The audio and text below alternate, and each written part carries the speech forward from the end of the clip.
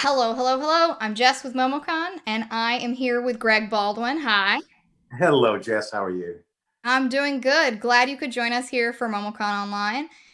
This is a pre-recorded session, so we apologize to anybody who wanted to ask live questions. You will not be able to, but we appreciate all your comments in the chat, so keep them coming. We want you to enjoy yourself, and we hope that you've enjoyed MomoCon Online since you've been with us all weekend. Hi, Greg. How's it going? How are you Hello. surviving? All things considered, it's going, pretty good. I think we're on day 65 now here. I think it's been a while. It's been a while. Yeah, at the time of our recording, I think I'm almost exactly 2 months since I saw an appreciable amount of other humans not at the grocery store.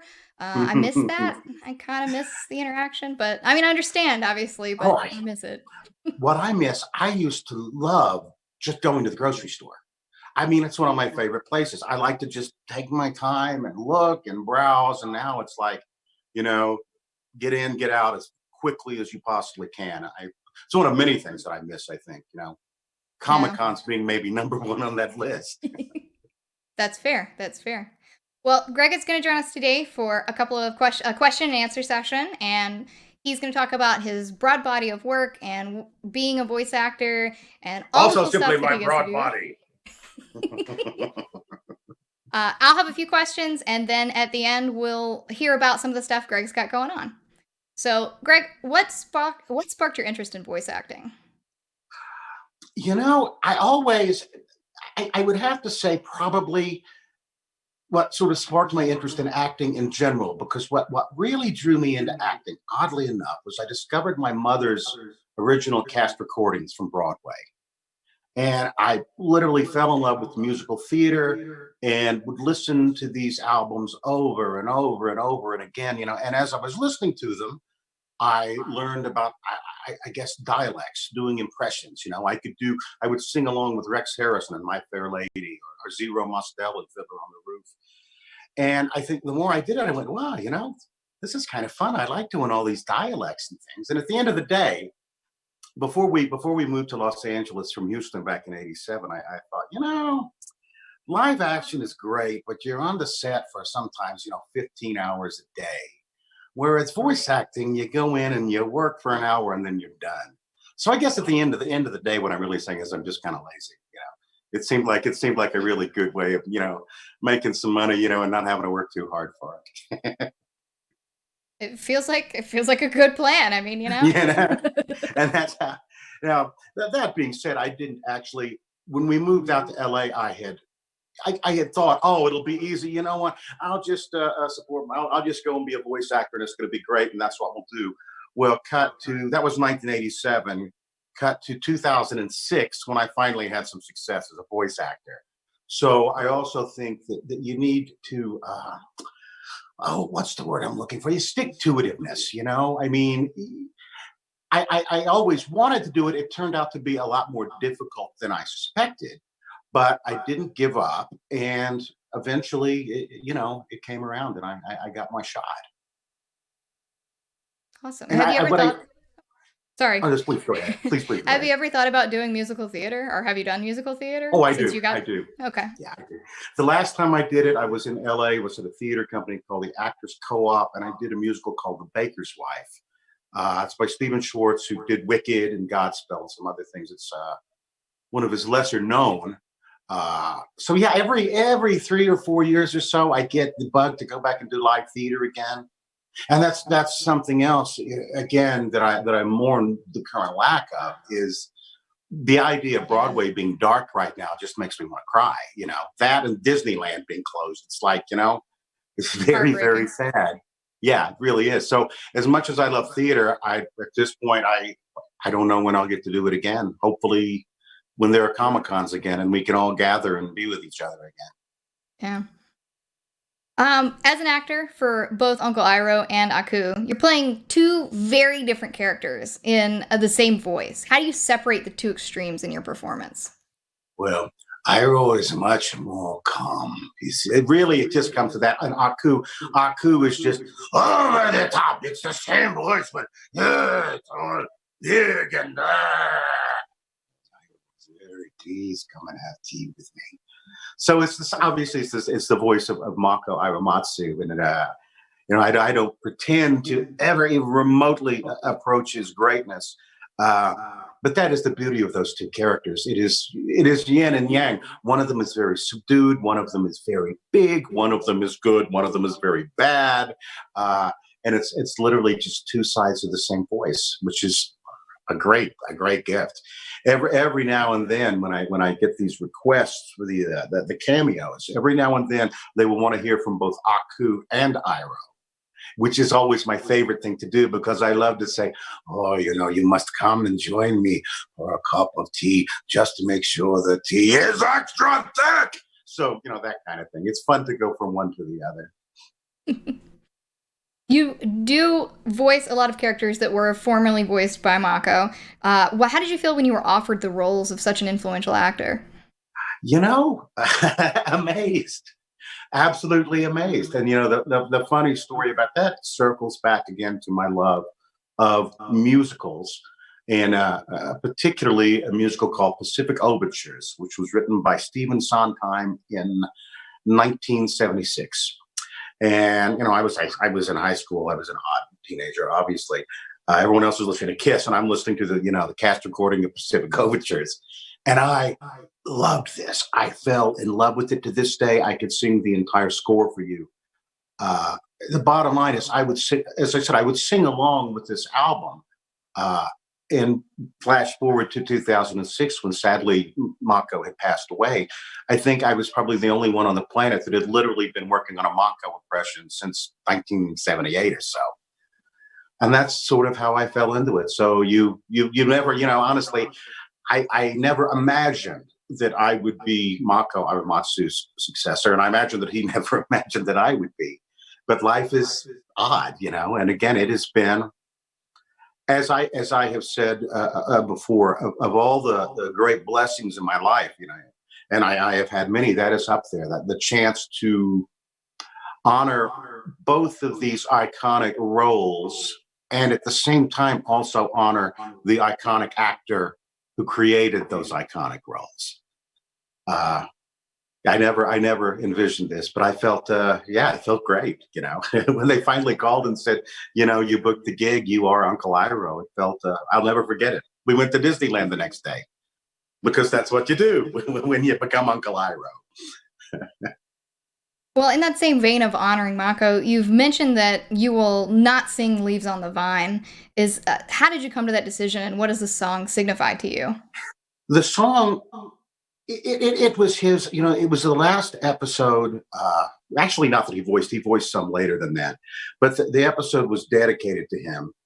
And especially, I always knew that Iroh was a very well written role, very well rounded role, but I didn't realize the impact that Iroh had until I started meeting, fans at these Comic Cons, and time and again they would come up to me and say, "Oh, this horrible thing was happening, or this was happening, and Uncle Iroh said this, and it made me feel better."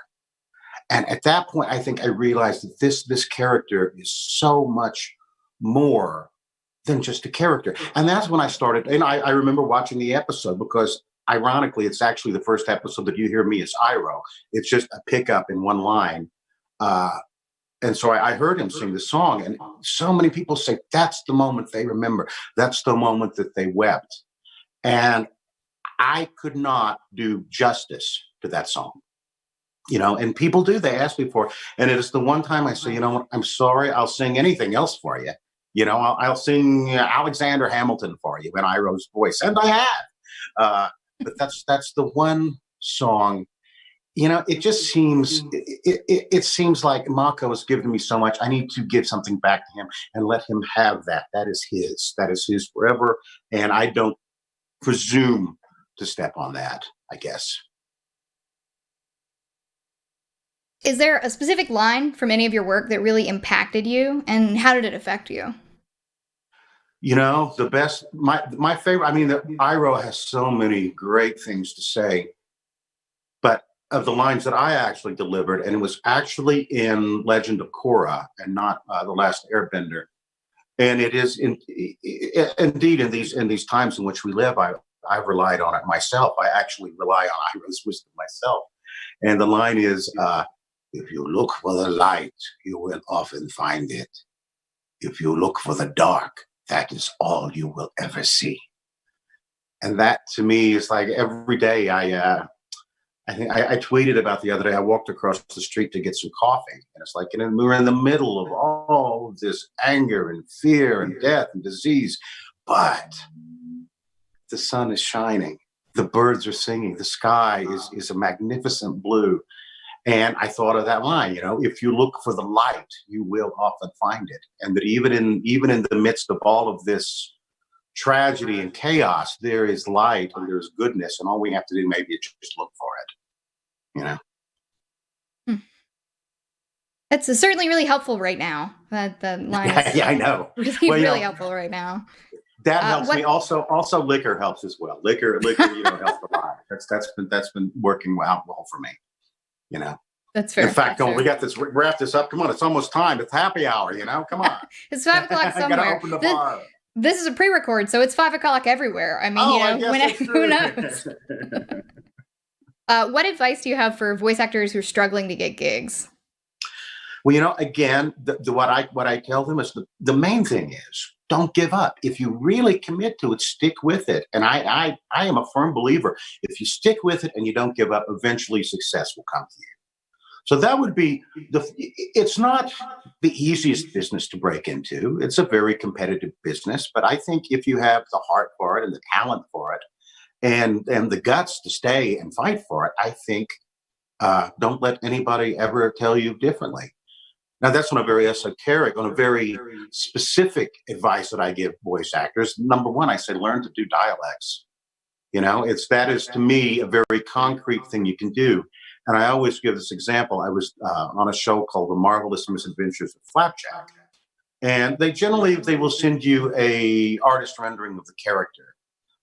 So you can see what the character is going to look like. And I saw it and I said, okay, well, this looks like he looked like an English Bobby, with the hat. Well, he's an English Bobby. I'm going to go and do a Cockney accent. It will be fine. Walk in, and the director immediately says, okay, number one, this cop is Irish, right? Well, of course, I know that's all along. It's exactly what I thought it would be. So that's a very specific thing that I think helps. And the main thing too is voice acting is I didn't make this up. I think it was Andrea Romano who said this to me. I think voice acting is acting first and foremost. So if you want to be a good voice actor, you've got to act. You've got to take classes. You've got to do theater. You've got to eat, sleep, and breathe it and do it all the time. Voice acting is a very specific subgenre of it, but in the big picture, act whenever you get the chance. Fan interactions are always special, but is there one that really stands out to you, and what made it special? Fan reactions? Fan interactions, like when you fan interactions. Oh my goodness, I've had so many. I literally sometimes, and again, this is going back to the impact this character has had. I literally have just said, "Oh no, I take that back. I'll circle back around to that." I mean, I have done the voice, and I literally, grown men have cried when I do the voice. But I think my favorite fan reaction is for years I had said, I'm a kind of old like Iroh, and I'm fat like Iroh. And it's like, obviously I can't cosplay Aku, but I bet I could cosplay Iroh. So fortunately, I was able to find a costumer who was able to build me this beautiful costume. And I finally did it. I think it was Ontario, California. I think that was the con. The costume was ready, the wig was ready. And all I just wanted to put it on and just wanted to walk the con like a cosplayer, And I'm walking. It's a great costume, and what happens? Sure enough, somebody from behind me, I hear somebody say, "Hey, great cosplay, Uncle Iroh," and I go, "Boy, thank you, most humbly." And from behind me, I hear, "Crap! I think that's really Uncle Iroh." So that was one of my favorite moments, and it was like with the costume, it's like, my work here is done now. I've achieved what I wanted. Have you ever had the urge to cosplay another character that you voice, or just Iroh? I would love to cosplay Aku, but I honestly that would be a hard costume, you know.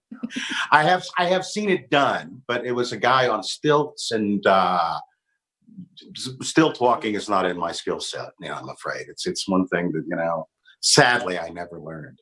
Well, if you're Uh, coping with quarantine by drinking, I don't think you should be in stilts yeah, anyway. probably a good idea.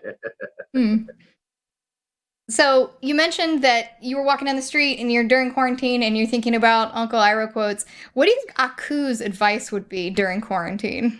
Aku caused all this. What are you talking about? Aku did this. So I literally, I literally ran a Twitter poll yesterday just to be funny. Who caused this virus? You know, and the winner by far was Aku. Everyone who seems to be on board with it, you know, Aku did this. The Shogun of Sorrow is responsible. He's laughing. He's laughing the whole time. Do you have any fun projects coming up that you are allowed to and would like to talk about? Well, speaking of Aku, the Samurai Jack video game, I think will be coming out very soon. And I'm really excited about that. I don't think there's been a Jack video game since the early 2000s. And they have the whole voice cast, you know, they have Tom Kenny and Phil Lamar and myself. And I'm really, really excited about that. Another really video game, a huge video game coming out. I will not mention it, but there's another really big video game coming out. And when it comes out, you know, believe me, I will let everybody know. There's a Disney series called The Curse of Molly McGee that I'm on. Or I was up until production stopped. Hopefully that's all going to, you know, pick up again. I have noticed as a hopeful sign that, you know, once, you know, everything started going downhill quickly, the voiceover auditions stopped coming as well. And I have noticed that just within the last 2 weeks, they really started picking up again. And I'm hopeful that that's a sign maybe that everything's finally going to, you know, rectify itself, hopefully. Do you have the ability to record in your home or Well, that is something I'm working on. One of the, we, my wife and I, we moved to LA in 1987. And I was born in New Mexico. I've always loved New Mexico. And we've been coming here for vacations throughout my life. And my wife fell in love with it here as well. And we bought a house here in Albuquerque a couple of years ago with the intention of just retiring here. And then one day we had the thought, I said, well, wait a minute, you know, wouldn't it be cheaper to live in New Mexico and just fly into LA for gigs than it would be to live in Los Angeles? And I said, yeah, that's a good idea. So that's how we ended up here. We turned there was a moldy one-car garage that we turned into sort of like a studio apartment. And I did build a little studio for that where I could go and do my auditions. But I only built it with the idea of, oh, I'm just going to do my auditions here and send them into LA and I'll fly into LA when I need to. Well, more and more that, yes, with the voiceover community now in this particular situation, they are looking for actors that have a professional quality setup in their house. So next week I'm getting some acoustic panels and going to need a new microphone. So basically, yeah, I'm trying to bring that up to speed. When literally I planned on just, you know, I've got a little Yeti microphone, nothing special. And I thought, well, this would just be a good place for me to go audition. But it looks like it's going to have to be possibly a working studio or as much as I can make it.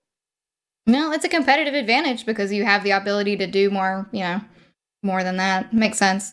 I've seen a lot of voice actors that get the one that comes in the big box and they'll tweet about Mhm. getting the big box with the whole setup in it. The whole setup. Yeah, they literally make giant little closets basically that you walk into and Mhm. they're soundproof. And yeah, on some ways, I don't know. My daughter is still in Los Angeles. I kind of want a reason to go to Los Angeles, you know. But it's nice to have you know, I'd be able to do that. And my understanding is until there's a vaccine, you know, this is going to become a lot more common for voice actors. They're going to expect you to have this equipment. So that's a good tip. Yeah, for aspiring voice actors, it makes sense, especially right now. Seriously, you know what? If you can get some really, really good equipment, because for the foreseeable future, this is going to be how it's going to work, I think. Well, you've been cast as a few very wise characters who act as kind of guides through things. Was it ever hard getting into the headspace of someone who's supposed to be a guiding force in a series? Yes. Yes. Sometimes I think, again, the fans, and it's like, no, Uncle Iroh is the wise one. I'm just Greg Baldwin, just don't ask me for advice, trust me. Uh, so yeah, I think it's also kind of funny sometimes that, that me, I don't think of myself as particularly wise. I mean, I've reached the age of 59, so I guess I have whatever wisdom comes with that. But in terms of Iroh level wise, no, not even remotely. So I'm always somewhat amused when people ask me for advice. Oh, Don't eat yellow snow. There's my advice. I hope you like it. maybe they just want to hear you tell them what they want to hear in the voice. I mean, that's what they're really asking for. Yeah, and that is the amazing. Again, I keep going back to Iroh because Iroh blows me away. The response, it's like no other character. Aku is its own thing. It's a different matter altogether. But Iroh, and I was recently watching the Tom Hanks movie where he played Fred Rogers. I think Beautiful Day in the Day in the Neighborhood. Neighborhood. Yeah. Yeah. And I said to my wife, and I said, I understand. Uh, Uncle Iroh was literally a father figure to a whole generation. He's very much a different generation's Fred Rogers, and the lesson that he teaches is even the same, be kind to each other. Everybody's special, it is, it's a remarkable role. And I am absolutely blessed to have the opportunity to voice it and to meet people and to meet the fans. That again, that's one of the things I was, who was it? I was telling someone the other day. I think it's the thing I miss the most about cons. I was 46 years old before I became Uncle Iroh and had a real success. So I was quite happy. I had a day job. I did theater from time to time, but I never even remotely expected that I would have fans. That seemed insane. And the fact that I get to go and meet with them, the fact that there are still people that want to meet me, uh, it blows my computer sometimes. And I miss that. And I hope that we can get back to it as soon as we possibly can, because it's, it's, as you know, it's a little piece of you that's gone, And there is what I love about cons too is it's almost as if there is, I call it radical freedom at these places, because everyone is absolutely free to be whoever they want to be, to really let your freak flag fly. Nobody gives a damn about it because everybody's just like you. And that is also something that I miss, and that we need to have back, and we will have it back. I'm convinced of it. It just may be a long slog until we get there. Oh, it's inspiring from the convention perspective too to hear other people talk about it. It's a little disheartening from an event perspective right now, but I we're can all hoping imagine for the it would best. be.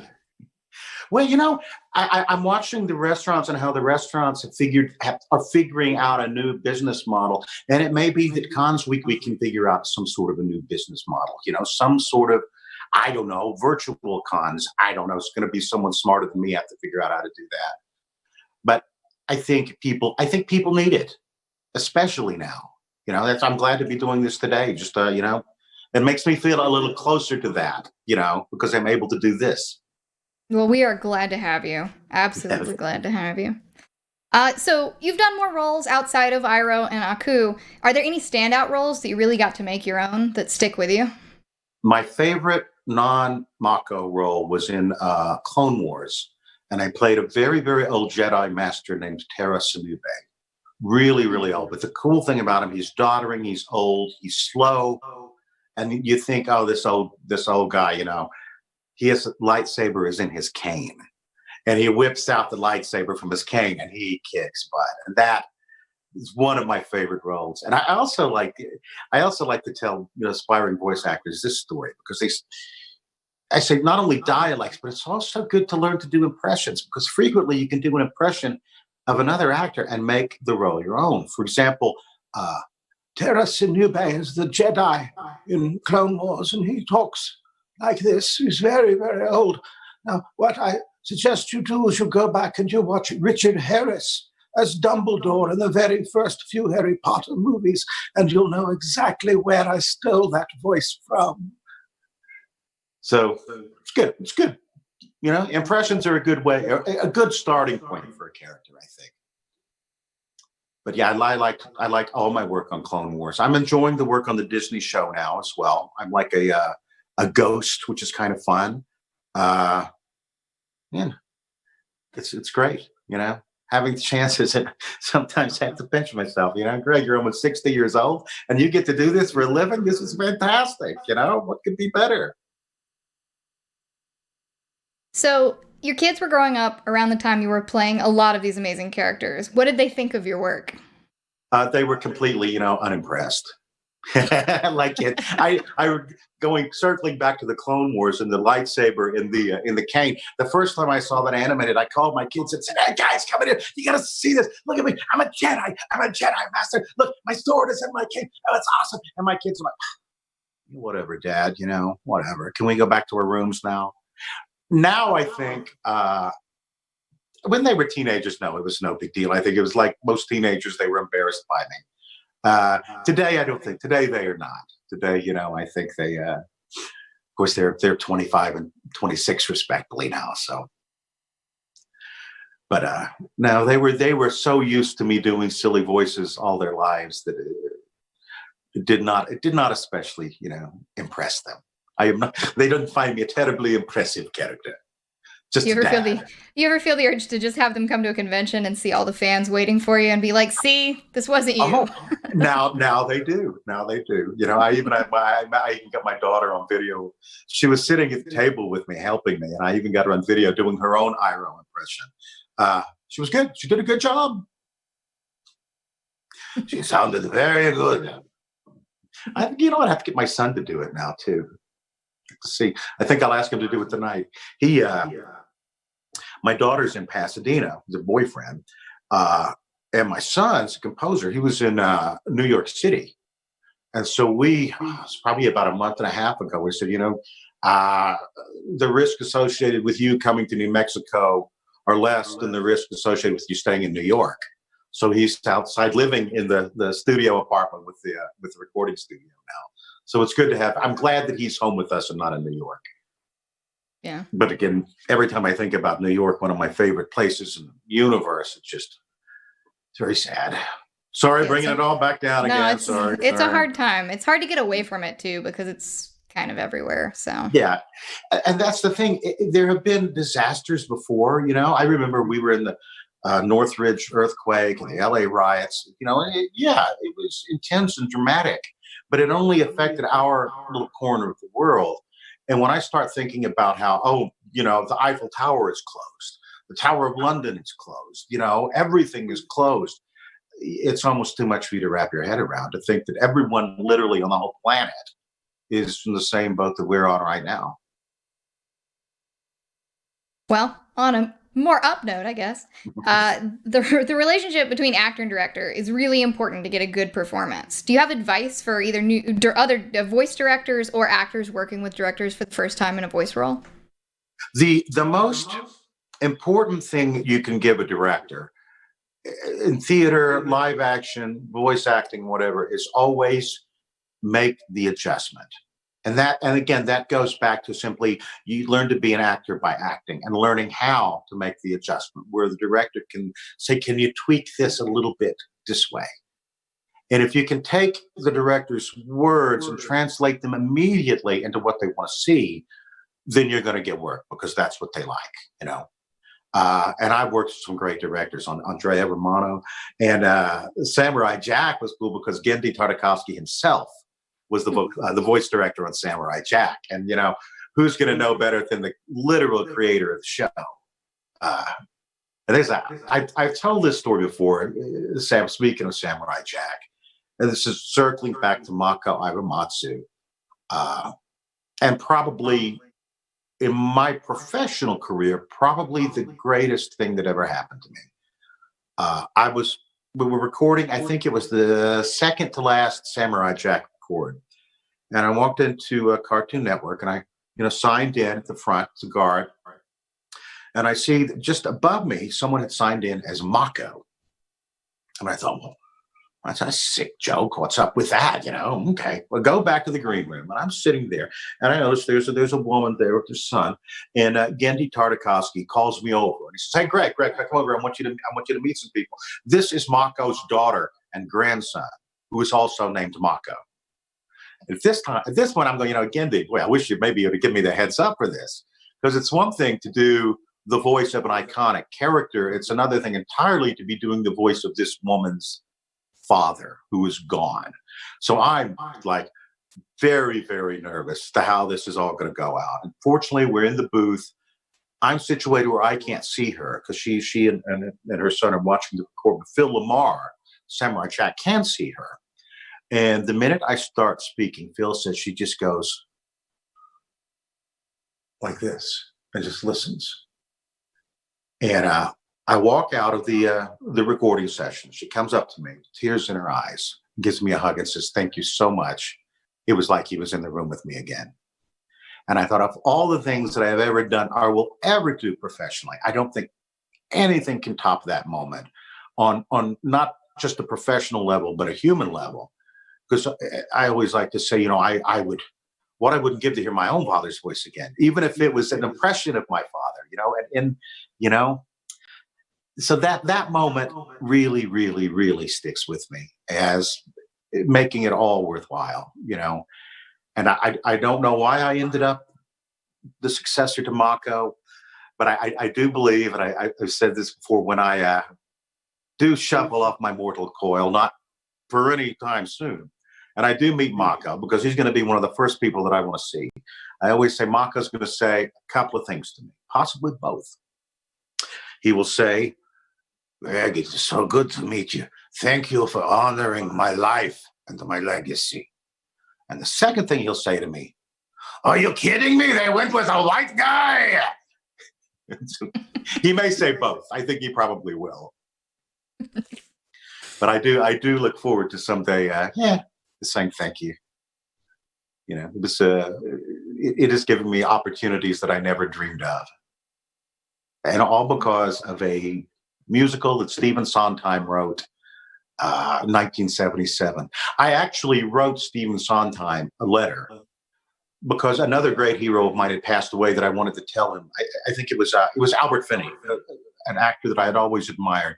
And seeing him in Scrooge in 1970 when I was 10 is one of the things that made me want to be an actor. And he passed away, and I was never able to, just for my own edification, send him a letter and say, thank you for the life that you gave me. You don't know me, but you did this for me. And I said, you know what? I'm going to send, and I certainly never had the chance to say that to Mako. Well, I'm going to send a letter to Stephen Sondheim, and I'm just going to say, you wrote this show, you cast Mako, you never know how things are going. I think it's a line from Iroh. Destiny is a funny thing. You never know how things are going to turn out. And I just wanted to thank him for that. And so I sent it off to, his agent or wherever it said to send fan mail, thinking I would never hear back. Like a month later, my wife suddenly comes in holding this letter signed from Stephen Sondheim saying, "Dear Greg, thank you so much for your kind letter. I'm glad that Pacific Overtures had such a salubrious effect on your life and career." And I said to myself, well, Sondheim had to write this because nobody else is going to use the word salubrious. I'm looking up the dictionary. Did he just disrespect me? No, it's a good word.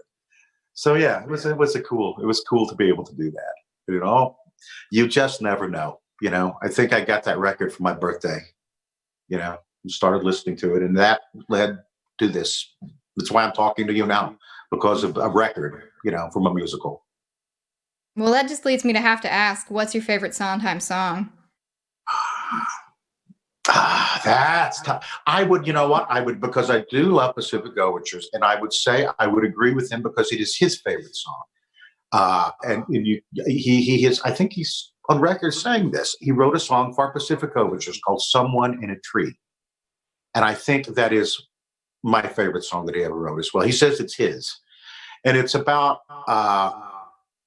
a very older man and his younger self both remembering the same event at the same time. The Pacific Overtures will do your head, but it's a beautiful song. I can sing it for you if you like.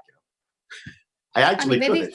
I was gonna say maybe just a little bit. We got to entertain our digital viewers here. So You know, what I'll do this for you because this is how I always get Mako. This is the very beginning of Pacific Overtures, and if I lose the voice, I don't lose the voice that much anymore because it's almost become second nature. But I always do this from the very beginning of Pacific Overtures, which is the opening of the show, and it's Mako. Here goes. Nippon, the floating kingdom, an island empire which for centuries has lived in perfect peace, undisturbed by intruders from across the sea. Here in the month of July, 1853, there is nothing to threaten the serene and changeless cycle of our days. In the middle of the world we float, in the middle of the sea. The realities remain remote, in the middle of the sea. Kings are burning somewhere, wheels are turning somewhere.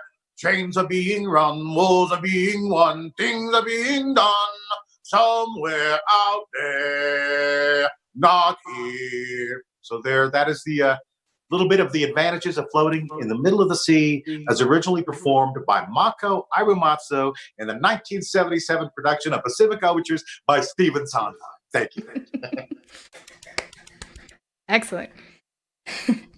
Well, other than special circumstances aside of meeting Mako's daughter and grandson, do you ever get nervous before you enter the booth or when you're doing a role, and how do you handle it? Uh, Always. I always am a little nervous, always, every single time. It's a little, once you go in and you start doing the work, it's okay. For me, it's always getting ready, getting dressed, knowing I've got to go and be in the booth, and hoping that I can nail it on the first take. Hope I don't have a problem with some direction or making an adjustment. So yeah, even now, I'm always. And I was even a little nervous about doing this. It all makes me nervous, though, a little bit, and I think it should. Otherwise, if you become too blasé about it, I think it affects the work eventually. Keeps you on your toes to be a little nervous. Exactly. Uh, and I never used to get worried. Theater is a different matter because you've drilled that so much from 6, 7 weeks rehearsal. But I do find the more when I do theater now, I worry just about remembering my lines because you get to be a certain age. If you got a lot of lines, that to me is something I really get nervous about in theater. It's nice with voice acting because you've got you don't have to memorize anything, which makes it nice. Well, was there ever a role that you really struggled with, and how did you go through working it out? Huh. A role that I really struggled with, I think. You know, a voice acting role, I can't. Perhaps maybe but the first one I ever did for TV animation. I was very scared about that, and I struggled, and I was also very intimidated. I I went to college, and we competed against each other. A voice actor named Jeff Bennett, Dexter's father, Johnny Bravo. This guy's resume is 1,000 pages long. He is literally one of the top people in the business. And I went to school with him, and I was very good friends with a producer named Bill Motz, who produces animation. He's a showrunner for Disney. Met him at our church, and he knew that He knew that he'd seen me in shows and thought, I would be a good boy. I would be a good fit. Moreover, he wanted me because he knew I knew Jeff. He thought it would be funny, and not even telling Jeff, but he would just cast me as his father in a show called Shaolin Showdown back in 2004 or something like that. So this is literally my first TV animation gig ever. I walk into, the booth, and this is one of those records where they have the whole cast together. And not only is it Jeff Bennett, it's Tara Strong, it's Tom Kenny. I forget. I mean, literally, it was the people in this room were the best of the best. So I think I was probably a little flustered. It was also my first time doing it. I think I probably could have been better at that particular session, just because I was so freaked out to be there. And I'm in the room literally with these voiceover giants, you know. Do you do a lot of group reads or group sessions like that, or is it more individual? You know what? It just depends on the show. On Samurai Jack, they tried to get an Avatar as well. They tried to get as many of us together as they could. Sometimes because of scheduling problems, there might not be an actor there. I don't. I think I read with Tom Kenny that was just the two of us for Samurai Jack. I like it better when they do it that way. And it just depends on the individual production. I think for the Disney show, they just recorded me separately, and I think a lot of it is just it's scheduling. From an acting perspective, and someone with a background in theater, I appreciate going through the script from the first page to the last page. I think it helps. So, but I would say, yeah, maybe in my personal experience, 70% of the time, maybe it's been with as many people as they can get. Uh, the last time we did it was literally the last recording session for Last Airbender. And again, this is going to usually, although Mark Hamill as my brother Ozai had been written in some of the episodes that I was in, obviously, Mark is a pretty busy guy, I'm assuming. So, but this particular day, he had not been at the sessions, but this particular day was the last record. I'm sitting there, Mark Hamill. Now, I am going to myself, I'm saying to myself, my inner monologue is, dude, be a professional. Come on. That's Luke Skywalker. No. You're a professional actor. Come on, be cool. Do not be a fanboy. Do not be a fanboy. So I'm like, okay. I'm just going to act like I don't even notice him. I'm not even going to say anything because if I say anything, I'm going to sound stupid. So I'm just going to sit here and act like I don't even notice that Luke Skywalker is sitting right next to me. So we go on and we do the recording session, and he comes out and he offers his hand and he says, Greg, it's nice to meet you. That was some really good work in there. My name is Mark Hamill. And I'm like, I know who you are, man. that was you're talking about it. Yeah, that's sometimes, that can make you a little nervous too when you're literally acting with, Mark Hamill. I think of all of my fanboy moments, that probably is the one that like freaked me out the most. It's like, it's Mark Hamill. It's Luke Skywalker. Well, if you got to take over another voice role for Mako, would you do it? And anything that would come to mind? Oh, absolutely. I'd love to play it's not animated, his character from Conan the Barbarian would be fun to play. And I don't know, I always just get this plug because obviously I've watched a lot of Mako's work. And if you really want to see a great performance by Mako, it's the sequel to, it was based on James Michener's Hawaii book. There was a movie called Hawaii. It starred Julie Andrews and Max von Sydow. Mako was not in that, but he was in the sequel called The Hawaiians. And his performance is just heartbreaking. And if you ever get the chance to see The Hawaiians, I think Charlton Heston is in it. It's a very big budget, late 60s movie. But he will just break your heart in this film. I think he ends up having to go on a leper island. He becomes a leper and has to go on the island with all these other lepers. And it's very sad and a testament to his own talent as an actor. I think one of the things that helped me when I started getting Mako's roles is I decided early on, and it certainly helped me with social media. I knew that people were going to go, "Hey, you're not as good as Mako. You're not Mako." To which I always say, absolutely, I'm not Mako. I agree with you. I am not Mako. Mako was nominated for an Academy Award for The Sand Pebbles. Mako was nominated for a Tony Award, Pacific Overtures. Mako's body of work is remarkable.